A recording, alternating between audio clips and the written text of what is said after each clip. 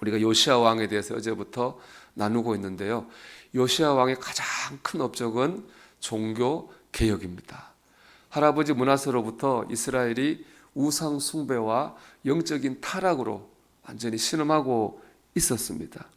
그런데 요시야 왕이 이 모든 것을 다 바꾸고 종교를 개혁하였습니다. 그 영적 부흥을 이스라엘에 오게 했습니다.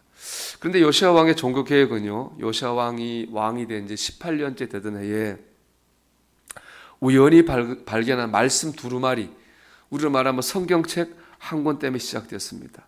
요시야 왕이 성전을 수리하게 시켰습니다. 근데 성전을 수리하는 중에 말씀 두루마리가 발견이 된 거예요. 그래서 서기관 사반이 그 율법서, 그 말씀을 요시야 왕에게 읽었어요. 하나님의 말씀을 처음 들어본 거예요. 요시야 왕은 성경이 없었으니까. 그때 그 옷을 찢고 회개했습니다. 그리고 본문 13절에 보면 이렇게 말하죠.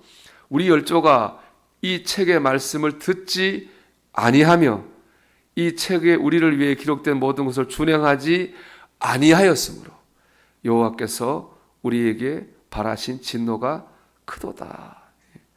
하나님의 말씀을 들으면서 깨달은 거예요. 왜 우리가 이렇게 어려워졌느냐?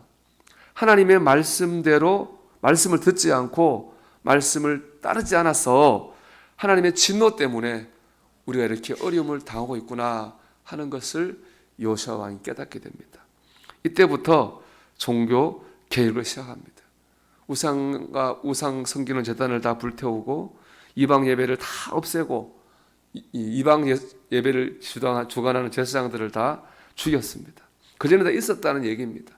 몰랐으니까. 말씀을 모를 때는 그게 할아버지 때 왔던 거기 때문에 그냥 있었던 거예요. 이걸 다 제거했습니다. 요시야의 종교개혁이 어땠는지를 보여주는 것이 열왕기하 23장 24절 말씀이에요. 요시야가 유다 땅과 예루살렘에 보이는 신접한 자와 박수와 드라빔과 우상과 모든 가증한 것을 다 제하였다 그랬습니다. 이게 드라빔을 없앴다고 하는 것이 특이합니다. 드라빔이 뭐냐 하면은 가정마다 숨기는 수호신이에요. 가정마다. 저도 옛날에 우리 어머님이 집에 기억납니다. 항상 그래서 장사하셨는데 장사 번 돈 거기 항상 먼저 두고 다음에 썼어요. 그런 신이 있었다는 거예요. 그러니까 요시야 왕의 종교 개혁이라고 하는 것은 단지 어떤 사회를 바꾸고 교회 기관을 바꾼 게 아니라 아주 가정마다 철저하게 진행되었다고 하는 것을 알 수 있는 겁니다. 가정의 섬기는까지 제한 거예요.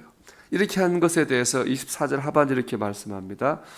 이는 대제사장 hil기야가 여호와의 전에서 발견한 책에 기록된 율법의 말씀을 이루려 함이라 했습니다. 종교개혁이 뭐냐? 말씀을 이루는 겁니다.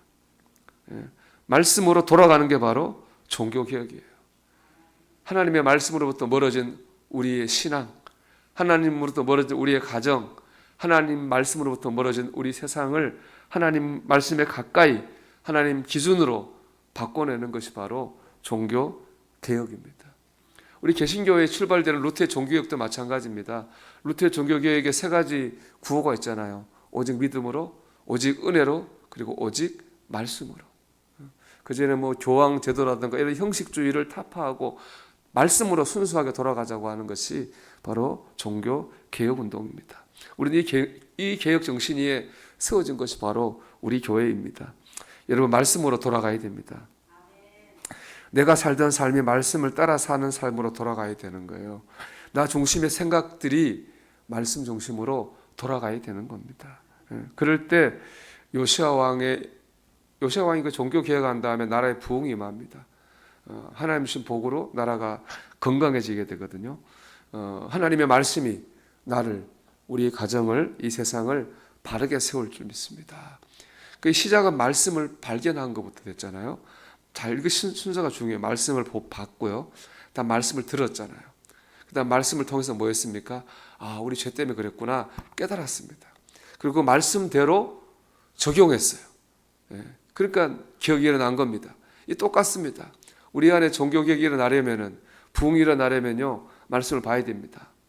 말씀을 들어야 됩니다. 말씀을 통해 내 삶을 깨달아야 됩니다. 그리고 들은 깨달은 말씀을 내 삶에 적용해야 됩니다. 그것이 종교개혁입니다. 그럴 때 우리의 삶에 말씀의 능력과 은혜가 임하게 될 것입니다.